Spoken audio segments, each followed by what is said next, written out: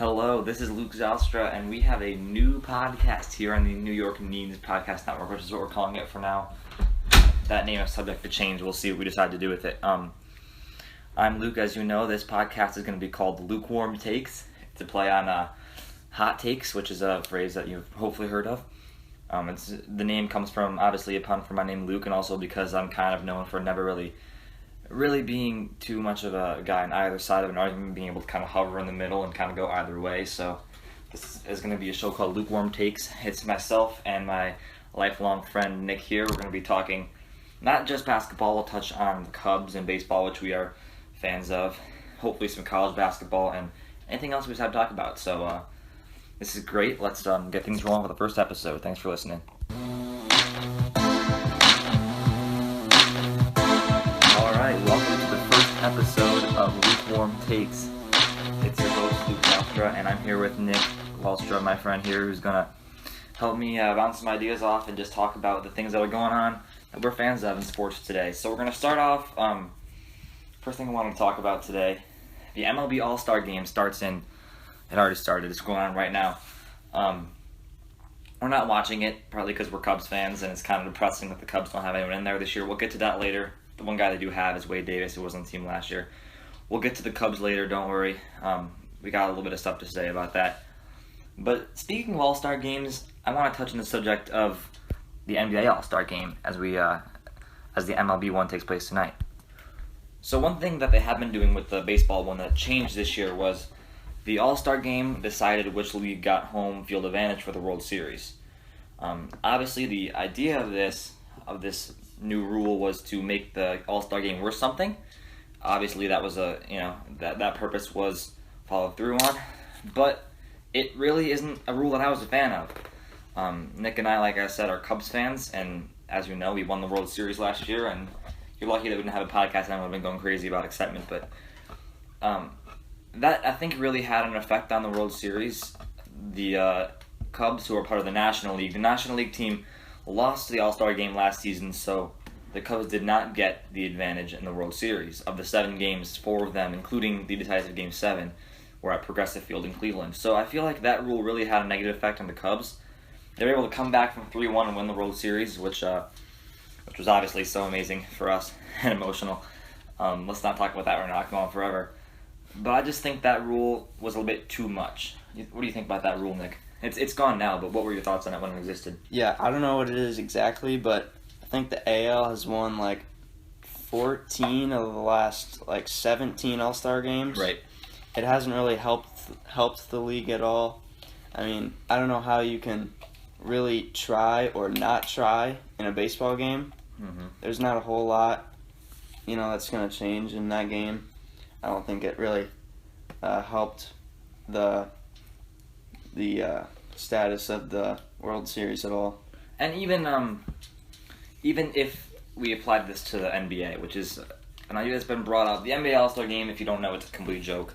The scores last year were in the 180s, 190s, I believe. Just a bunch of wide-open alley-oops and dunks, and Stephen Curry even laid on the floor at one point in the game to avoid getting done by Giannis, the Greek freak. It's kind of fun, but it's not competitive at all.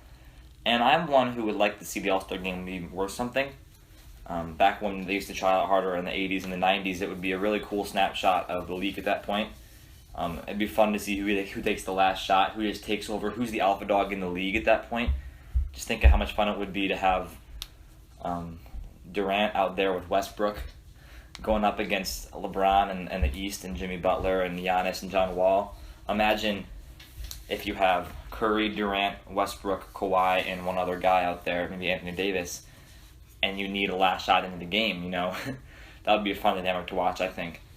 But, so, just kind of ways that could be changed. Well, first of all, once again with the rule, that is not a rule I'd like to see applied to the NBA. I think it would mess some things up. I think it should go to the team with the best record, which is what the baseball has changed to this season. I think that's how it should go. That's fair. That's what the team earned. Plus, think about if that rule was in place. What are you getting at? You're getting one night that's more entertaining, the All-Star Game. Great. But you're sacrificing the entire championship series. Doesn't seem worth it at all to me. So, an idea, this is going to kind of tie in with another trend going on in the NBA right now. and that is how lopsided the Eastern Conference is compared to the Western Conference. This offseason, what players moved to the West, Nick? Jimmy Butler, Paul George, Paul Millsap. One more guy that was good. Jeff Teague was okay. Yeah. A couple other guys of that caliber moved to the West. Chris Paul moved to a different team in the West, but stayed in the West. And the Western Conference is just extremely strong. And a lot of the best players are in. I think there's one more guy. Millsap, I guess, is it.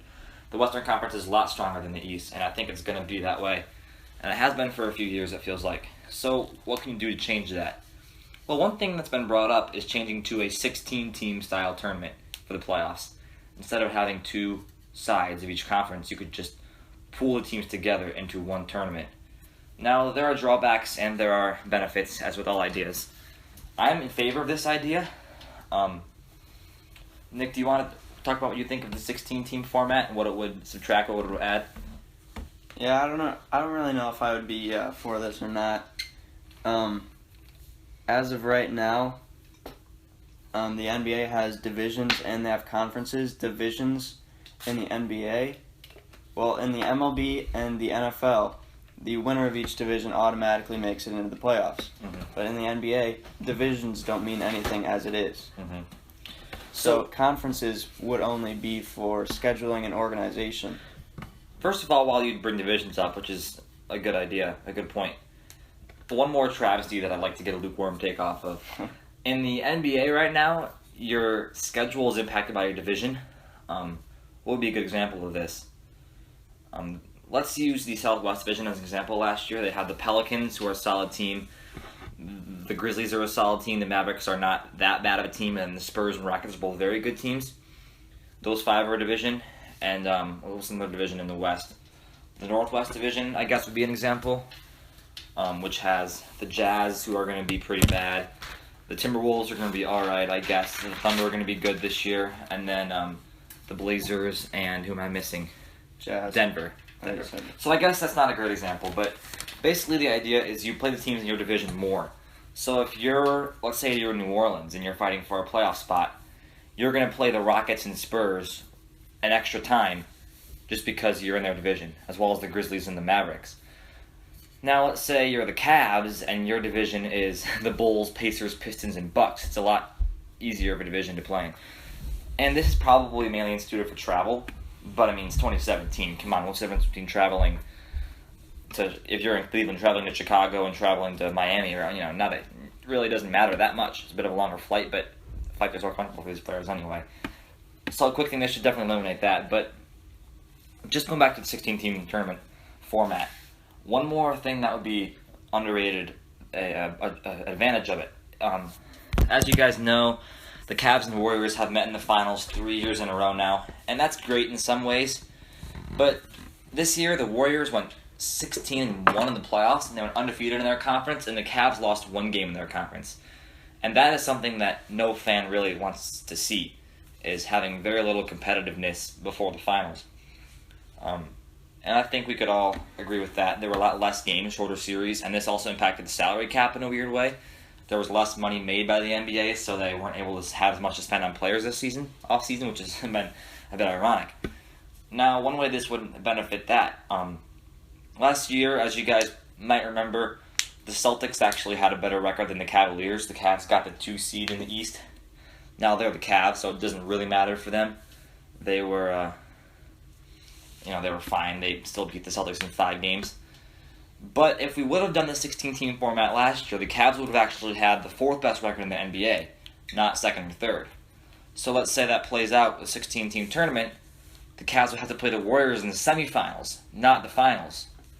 Now that seems a little odd, but my theory is if we would have that 16-team format instituted the entire season, they'd be a lot more motivated to try and get that 2 or 3 spot, so they wouldn't have to play the Warriors that early. Don't you think so, Nick? Yeah, I think that would be a solution to that, but as much as I would like to see that, any major change in, pretty much any sport like this, I would sort of be opposed to just because it affects how we look at history. Absolutely. Because then you can't really compare, prior Eastern Conference Finals matchups or whatever it just messes with that. And as fun as it would be to give the Cavaliers a little more motivation, I'd be more opposed than for it, just for that reason. That's definitely the drawback, and I would understand that side of it.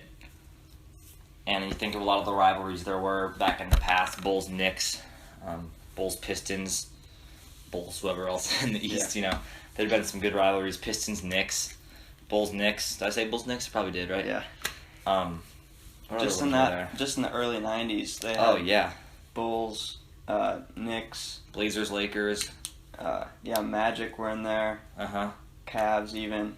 Yeah, I mean, Hornets. You could list off plenty. They're in the West or the East. Then I'm not sure. You could list off plenty of those, but I think nowadays we have a lot less of that. I mean, the Cavs and Celtics aren't exactly rivals, but just because they're in the same conference. Yeah, this is off topic just a little bit. Go ahead. That's what we're here for. Me and my brother Cade were talking just a few days ago about how think about how competitive and fun this league would be right now if you just completely eliminated the Warriors. Oh man, that would be great. There would be at least 5 or 6 Let's do it. decently even title contenders right now. Cleveland, San Antonio, Houston, OKC. That's my Boston. Those 5. I mean, even last year before the Thunder and the Toronto Rockets might be in the conversation. they'd have a chance. Yeah. Before all these other teams got bulked up last year, it was Houston, Spurs, Cavs that were the second tier of the league. And just to go with that argument one more time, 3 of those 4 are in the West. And if you would have had a 16-team thing, we would have had very intriguing semifinal games or series, I believe. I like to see the Cavs play either of those 2 teams because I really don't know how good the Cavs were last year. They really didn't play the Warriors a lot tougher than the Spurs did until Kawhi got hurt, which was very early. So I would like to see that matchup too. It's definitely an interesting concept, which I think the league is not opposed to. They're open to it. But yeah, like you said, there's plenty of drawbacks to it too, which reminds me of the idea of a shorter season too. Yeah. It makes a lot of logical sense to have a 66 or 70 game season. The only reason it's 82 games is because a long time ago when they first decided they should make a season, they're like, what do you want to do, 82? Sure. You know what I mean? Yeah. And this is a little bit more drastic of an example, but I even have heard it said, like, what if to speed up baseball they switched it to 2 strikes for a strikeout and 3 balls for a walk? Oh man, that'd be cool. Well, that would, like, strikeouts and home runs and hits and walks and everything would be completely different. Yeah. There's so many different... statistically. It'd be kind of cool if you could... I mean, I'm a big history guy. I'm an old school guy, generally, so are you. But it'd be kind of cool if you could hit the reset button and, all the records happen to get erased from everyone's memory, and you could just start over and design the sports in a better way. I would love to do that. I'd move the three-point line back a little bit. I'd make the corners even. That's really dumb to me. Yeah. The corners of the NBA three-point line are not even with the rest of the line. It's shorter in the corners, which doesn't make a whole lot of sense, like in high school and college. Finals. Yeah, you just go to the corner and you just... Some guys just stand in the corner and practice corner threes because they're shorter. It's kind of stupid to me.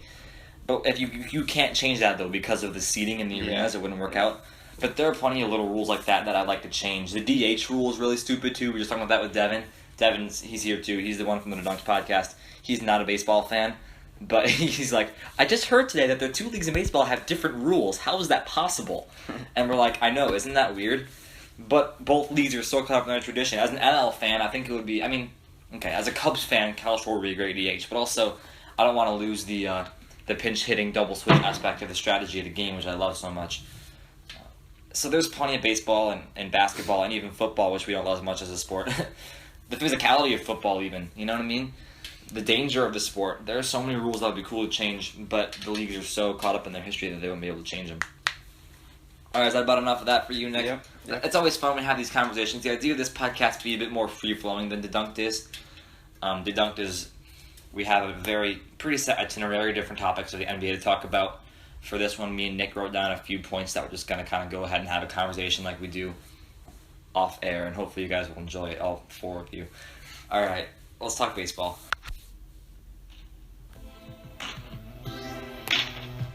Alright, moving on to the next little portion of the show. Now we're going to talk about some baseball, which we Nick are Cubs fans, like we said.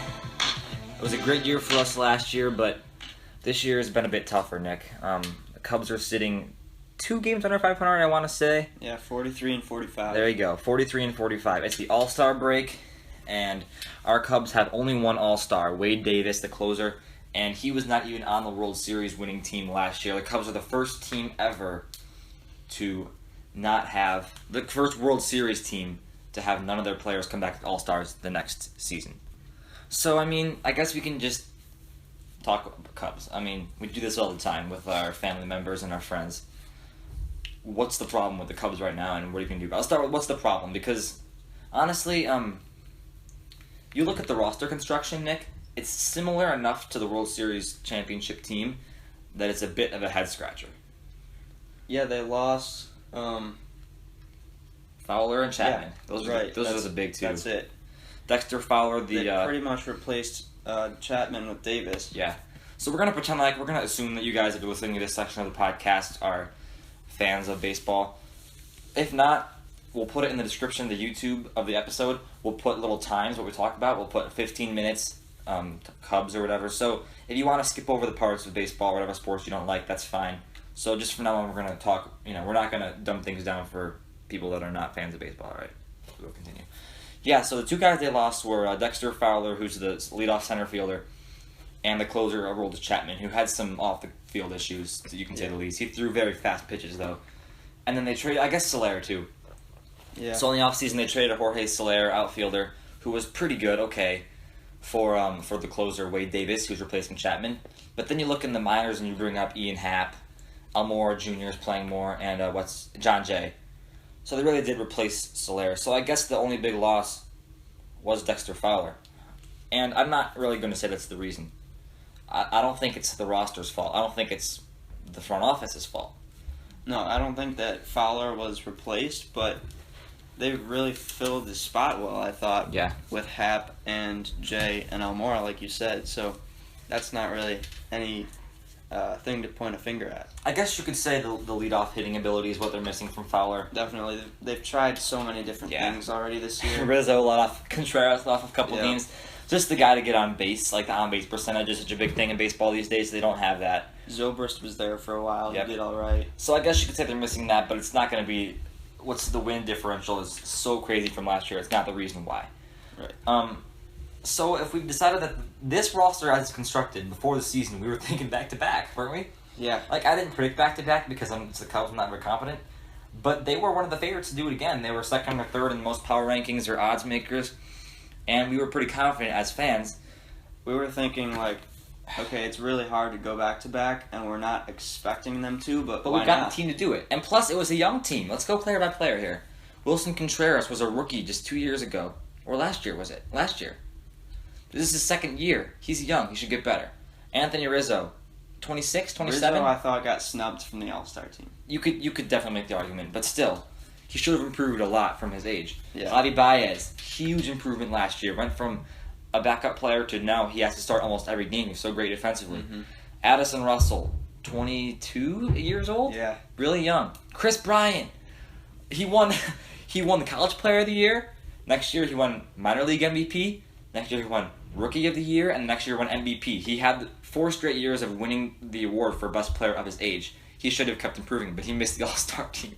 Yeah. Not by a lot, but he missed the All-Star team. Schwarber, playing in just his 3rd season. Oh my goodness, he's so terrible. Was he batting 170? Yeah. Even in the minors, he didn't really... I mean, compared to the minors players, okay, he tore it up, but... But he's not Schwarber. Yeah. So let's talk about him for a minute, because when you bring up the guys that are struggling, he's the first one. Yeah. He's batting 170 something. You want to fact check that real fast? Yep. He's not hitting well. He has a few home runs. His on-base percentage is terrible, and his defense is bad. But we expected that. So before the season, we were just gonna throw him in left field, and we are gonna let him, be a below-average fielder, I suppose, as long as he could hit. And now he's doing really neither. What's the batting average? 178. Yep. He's hitting 178, which means he gets a base hit 18 or 17.8% of his at-bats. He's hitting 178, but he has 13 home runs somehow. Which is pretty good. It's definitely not bad, especially for being up and down from the minors. An OPS of 694 is awful. Let me describe OPS real fast because I think it's my favorite stat. So OPS stands for on base plus slugging. On base percentage is basically like your batting average, but it also incorporates walks and abilities, just ability to get on base, which is very accurate representation of how good of a hitter you are. And S stands for slugging, like I said, and slugging is batting average, except for it weighs doubles times 2, triples times 3, and home runs times 4. So it is more effective in describing your ability to get extra base hits and how they incorporate into your batting skills. So that's a good stat, OPS. And 694 is a terrible one for Schwarber. But Schwarber, I went to the game on Thursday, the one they lost 11-2 with my girlfriend, and I told her at some point in the game, it was a line drive off the wall and left, and Schwarber picked it up off the wall and threw it in, and the guy stayed on first because it was so hard hit. And the whole left field bleacher crowd gave him a standing ovation for literally picking the ball up and throwing it in. And I told her Schwarber's like a little puppy on the Cubs, and the Cubs are the owner, and he's just a cute little puppy, and we all cheer for him. We think everything he does is so great, and he can't do anything wrong, and we just love him so much, even though he really has not been that effective. In his first at-bat, it was his first game back from the AAA, in his first at-bat, he hit a long foul ball that wasn't that close to being a home run, but everyone was so excited. Everyone stood up right when he came off the bat. You know how it is with him. At this point, it's done being a slump. Mm-hmm. It's been all season. To recap his career a bit, he came up June or July of 2015, and he went on a tear. In the playoffs, he was spectacular, had some huge home runs for the Cubs in some big games. And then last season, he tore his ACL a week or two in, heroically returned for the World Series. Great 30 for 30 moment. ESPN make that one happen. And then he played really well in the World Series too. Yep. As a DH. And now he's batting 178. So we really don't have that much of a sample size of him being great. So at some point you have to say maybe he just isn't going to be as good as we thought. Yeah, I mean, there's a lot of question marks there. There's a lot of talk recently of maybe moving him at the deadline. A lot of people say obviously he'd make a great DH, so he's a potential target there for a pitcher maybe or something. So we'll see what happens there, but I don't think anybody really sees him as a long-term guy on the Cubs. I wouldn't say he's a...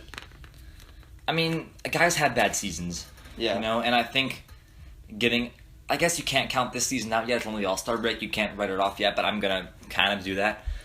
You give him an off season, you get some training, maybe he does something with his swing, and I think he can be better next year. I'm not going to write off next year yet. I'm going to keep that possibility of it being a one-year thing. But like you said, I think that designated hitter angle is such an important one. I believe if you would have traded him before the season when his value was higher, you could have gotten any AL pitcher except for sure Kershaw and who else? Maybe David Price. There's not a lot of Sale. Maybe Sale. There's not a lot of AL pitchers that they would have said no to. What's the guy on the Rays they keep trying to get? Chris Archer. Yeah. Who, by the way, was in the Cubs system a long time ago. They traded him away. They could have Chris Archer. They could have probably not Dallas Keuchel, whatever his name is, on Astros. But there are plenty of American League pitchers they could have gotten at the time. But now his value is obviously down, and I'm not sure if you can get an ace for him now. But yeah, like you said, you never really know with him going forward. It's a big question mark. But just a side note, if he was a good fielder, I'd be okay with leaving him out there. But he's already a minus on defense. So we're just assuming that he's going to make up for it with his offense. But if he's going to hit 178 with a 690 OPS, then he's a complete minus because he's a liability on both sides of what do you call it in baseball? Both sides of the ball. At the plate and in left field. And you could have somebody, even if John Jay was batting 178, which he's not, or Albert Almora Jr. was batting 178, which he's not, you'd at least have the defense to say, hey, he's doing work out there. But Schwarber is terrible at both right now, and that's killing the Cubs. And you wish he didn't have the reputation that he does, and you could just sit him or put him back in AAA, because honestly, it's better to have him off the field right now. Yeah, we have been relying on him to make up what he's been doing in the field on the plate. So, yeah. And he hasn't been doing it. Right. All right, that's a lot of Schwarber. Okay. The pitching staff is the other glaring black guy in the Cubs right now, and there's not a lot you can say. Kyle Hendricks has been disappointing / awful. John Lester allowed 10 runs in the first inning on Sunday. 10 runs in the first inning. Didn't make out the first inning, which is ridiculous. Exactly. So the pitching's been bad. Hendricks has been bad. Arrieta hasn't been as good. Mike Montgomery's been Mike Montgomery. Lackey has been terrible. So I guess the solution is to trade for a pitcher. You could try and trade Russell. You could try and trade Schwarber, Baez. But, I mean, at this point, you kind of got to ride it out.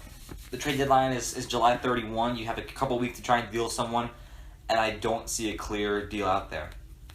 I mean, Ian Happ is the other trade guy you could bring up. Yeah, maybe. He's been encouraging from what we've seen so far. He's been really good. But in that whole outfield / second base position, there's not a whole lot of room. Ian Happ is basically Ben Zobrist but younger, and maybe better offensively. And Zobrist is a great utility guy, great clubhouse guy, has been, meh offensively. So I guess you could maybe trade Zobrist, but he has a big contract and he's pretty old, and I'm not sure who really wants him. Yeah, I don't think. Yeah, I don't see a lot of trade opportunities at this point. Do you? Not really. I mean, we were looking for maybe something earlier on, but we never really pursued anything, and now it's getting too late. Yeah. Everybody is going down, pretty much, and no one has good trade value except for maybe Happ. Yeah, the doors are closing, so Right. It's gonna take a team that's like, you know what, screw it. He's hitting 178, Schwarber is, but you put him in Yankee Stadium for 81 games a season, and you put him at DH, maybe he can change, And maybe that's gonna happen, but honestly, let's just ride it out at this point. And I trust Joe Madden too. Like, I'm not the fan criticizing the manager on the Cubs. Even with the Bulls, who have a pretty bad coach, I'm not the fan to criticize the coach a lot. I do think that Madden's going to do his best, and I trust whatever he does, because who's more qualified to be a manager, me or Joe Madden? Obviously not me, right? So, I guess I'm not going to blame him at the moment. Some people are like, Joe's got to do this or that or this or that. You don't know better than him. Let him do his job. He'll figure it out, right? Right. The one thing going for us is the bad division. We're only 4.5 games back right now. So, yeah, just about our only chance right now. Yeah, so if one hot streak could get us in the playoffs, and baseball playoffs are a crapshoot anyway. You get hot. The NL West is amazing right now.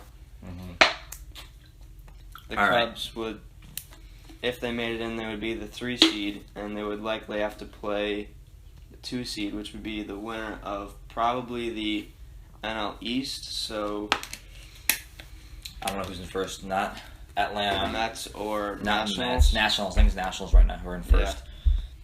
Braves aren't that good. Neither is the Marlins. All right. Do you want to talk about Aaron Judge? I don't really want to talk about Aaron Judge. Let's just touch on it. He dominated the home run derby last night. Yeah. I'm not a big Aaron Judge guy. 47 total home runs. 500 footers? 400 so. or something like that? He's ridiculous. I mean, you gotta tip your hat to the guy. 6'7". He's having a ridiculous season. He's a rookie and he's leading the league in home runs, and he had the fastest pace in history.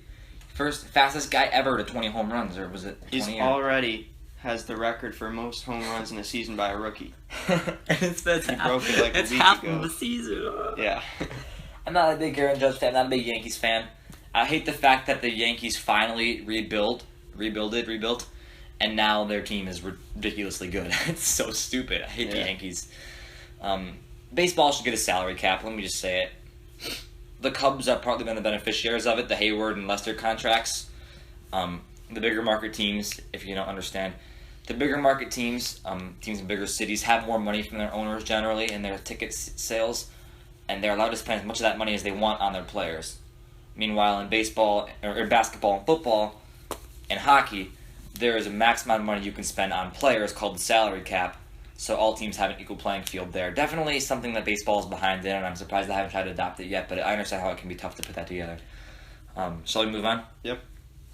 All right. We're looking at about 28 minutes. We're not sure how long these are going to be yet. Probably however long we can talk without getting bored, which is a while. I want to talk about Markelle Fultz. So there's a great story about him that Nick hasn't heard yet, and I have, which is going to be really exciting. I get to break it to him on the pod. Just a little fun story. Let me talk about myself and what I like with NBA players first. I like off-court personalities. I like fun players who are active on social media. I have a Joel Embiid jersey because he's such a great personality, great Twitter guy. Follow on Twitter now. That argument with LeVar Ball was... Oh, so funny. Yeah. Klay Thompson, one of my favorites too. He's hilarious. He's such a dork in different ways, and he's got his bulldog. So I was listening to an interview with Klay Thompson, and he's got a bulldog named Rocco, who he absolutely loves. Look at his Instagram account; you'll see Rocco all over the place. And the interviewer asked him, Clay, do you FaceTime Rocco when you're on the road? And Clay said, no, I mean, not really. Well, so my mom comes over and watches Rocco whenever I'm in away games. So I FaceTime my mom so I can talk to Rocco for a few minutes while he can get on the phone too. I just love it. I love Clay. Who else do I love, Nick? I can't think of any right now. That's my favorite players generally, guys that are funny off the court.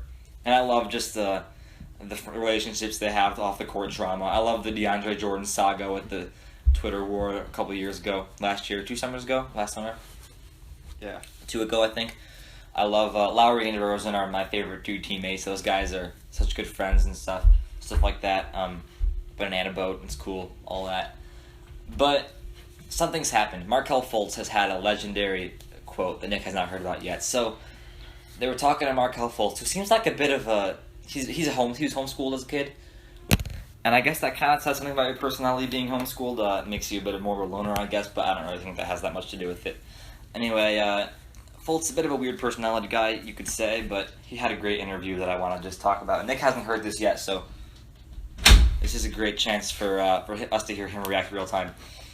So this isn't actually that funny, don't get too excited. But they were interviewing Markelle Fultz after being traded, after the pick was traded to from the Celtics to the Sixers, and then Philly got to draft him. He said one thing that he said he didn't really comment on the team. He just said, I am kind of happy because I looked it up and Boston has 0 Chick-fil-A's, but Philadelphia has 6. 7 if you count the airport.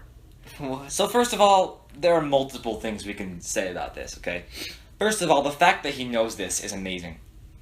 This sounds exactly like if I were an NBA player, or if I were to choose between two different cities. A great factor would be how many Chick-fil-A's there are. I love Chick-fil-A. It's delicious. It's well run. It's the whole Christian infrastructure is great.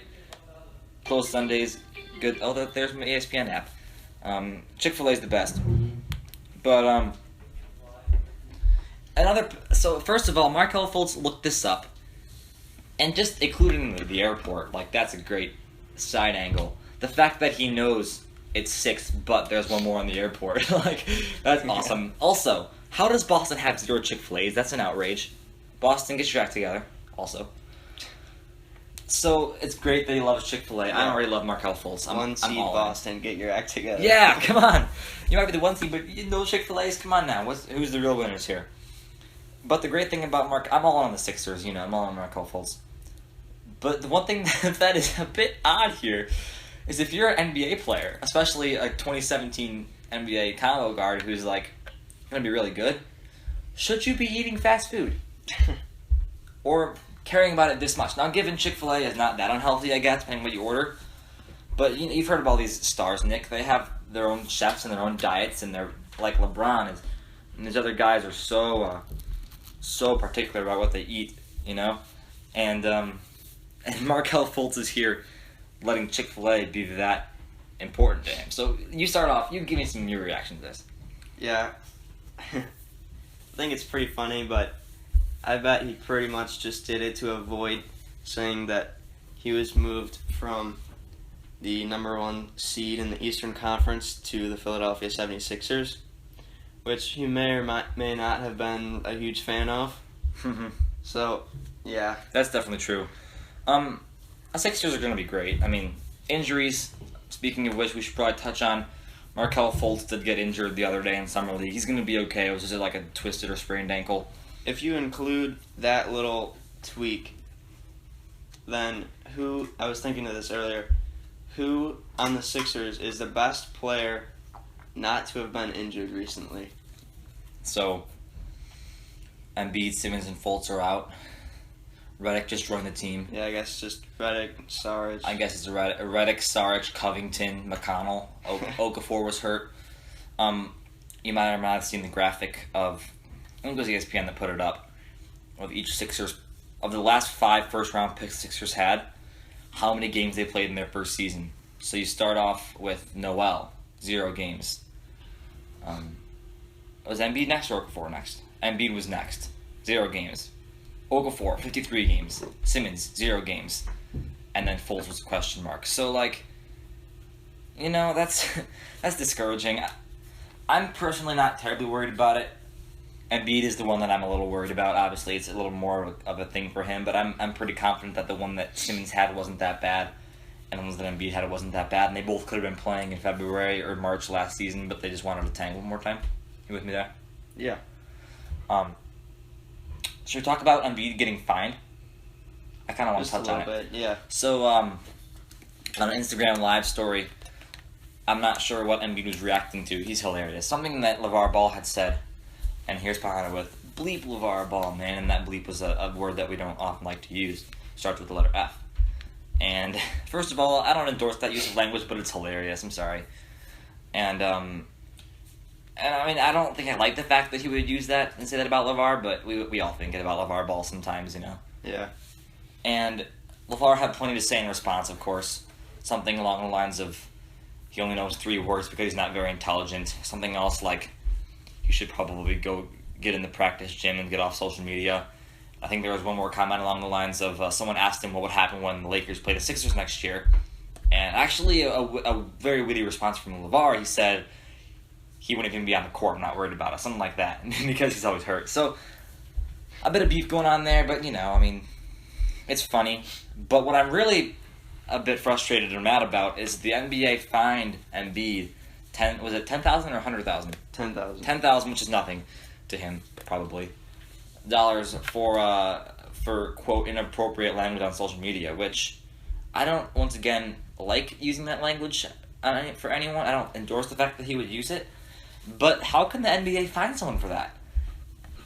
Like, players cuss on Twitter all the time and Instagram, and just because he was talking about another player's father is, I mean... I guess just because it's 2 of the highest personalities or whatever. It is. Hottest personalities in sports right now. You know, it was very publicized. Publicized? Yeah, I don't know.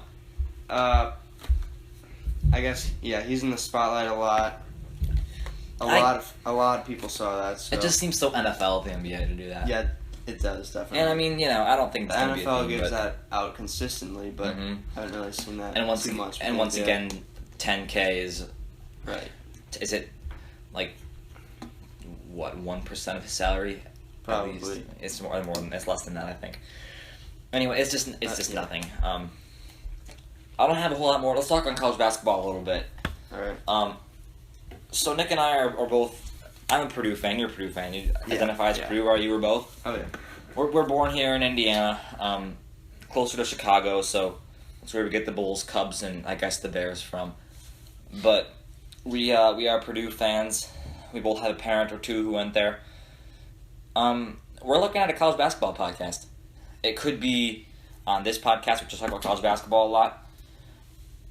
Or it could even be its own feed at some point. We're not really sure. But either way, we have stuff to talk about with college basketball. We're both big fans, and we'd like to have a platform for that. So we're just kind of hopefully get that going a little bit later. So just kind of a bit of a housekeeping note there. What do you think about that, Nick? You down for that? Yeah.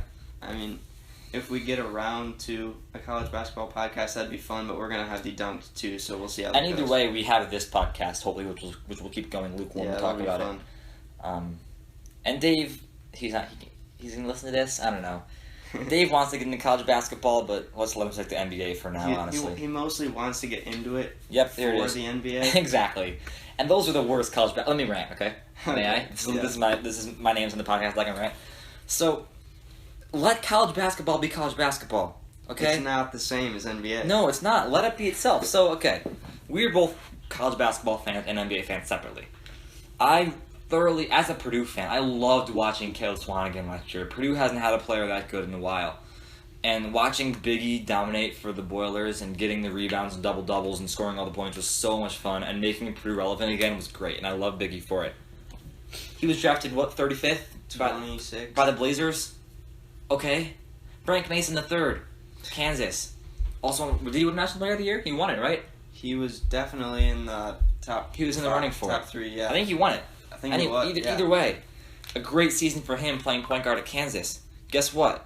His teammate got drafted 4th, and he got drafted 2nd round. Okay, I don't really care. So for me, I keep them separate. I love watching college basketball for what it is the entire season. Once college basketball ends in March, You still have 3 or 4 more months of the NBA season before the draft, so I'm really good at keeping them separate. More often than not, the top overall pick in the NBA It's does not the national player of the absolutely year. nothing in college. Right. Yeah, look at the last 2. Fultz and Simmons both missed the tournament. Yeah. I didn't watch a lot of Markelle Fultz last year because his team wasn't good, okay? We first learned about him because he was being scouted by the NBA, Exactly, and that's mid-season of college, and that's fine. And screenshotting NBA things, and that's okay. And we're just gonna keep it separate. So just to let you know, we're gonna have draft stuff, I'm sure, going forward.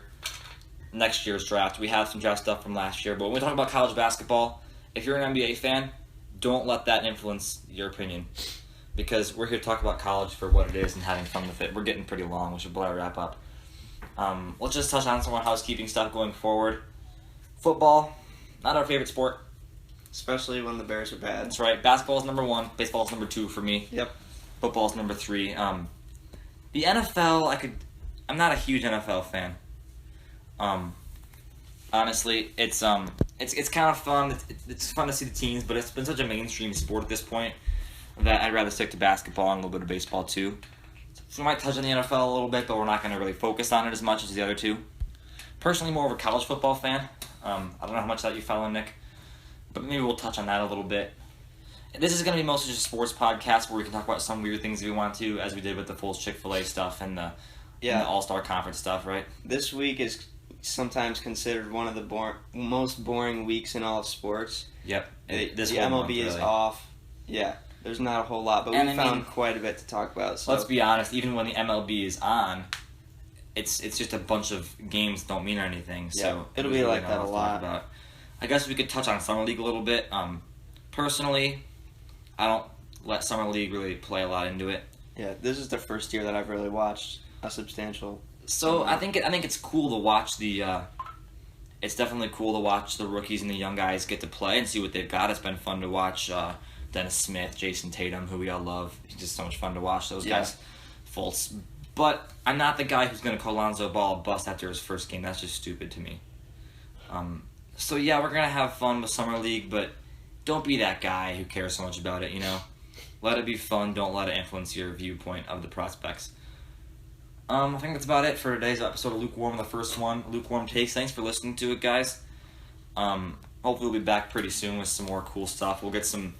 This was a pretty general episode, but we're hoping as we go forward we'll get some more abstract things and angles to talk about stuff, which is what we kind of specialize in. So thanks for listening. Thanks for coming on, Nick. We'll be us two next time. We'll see you guys.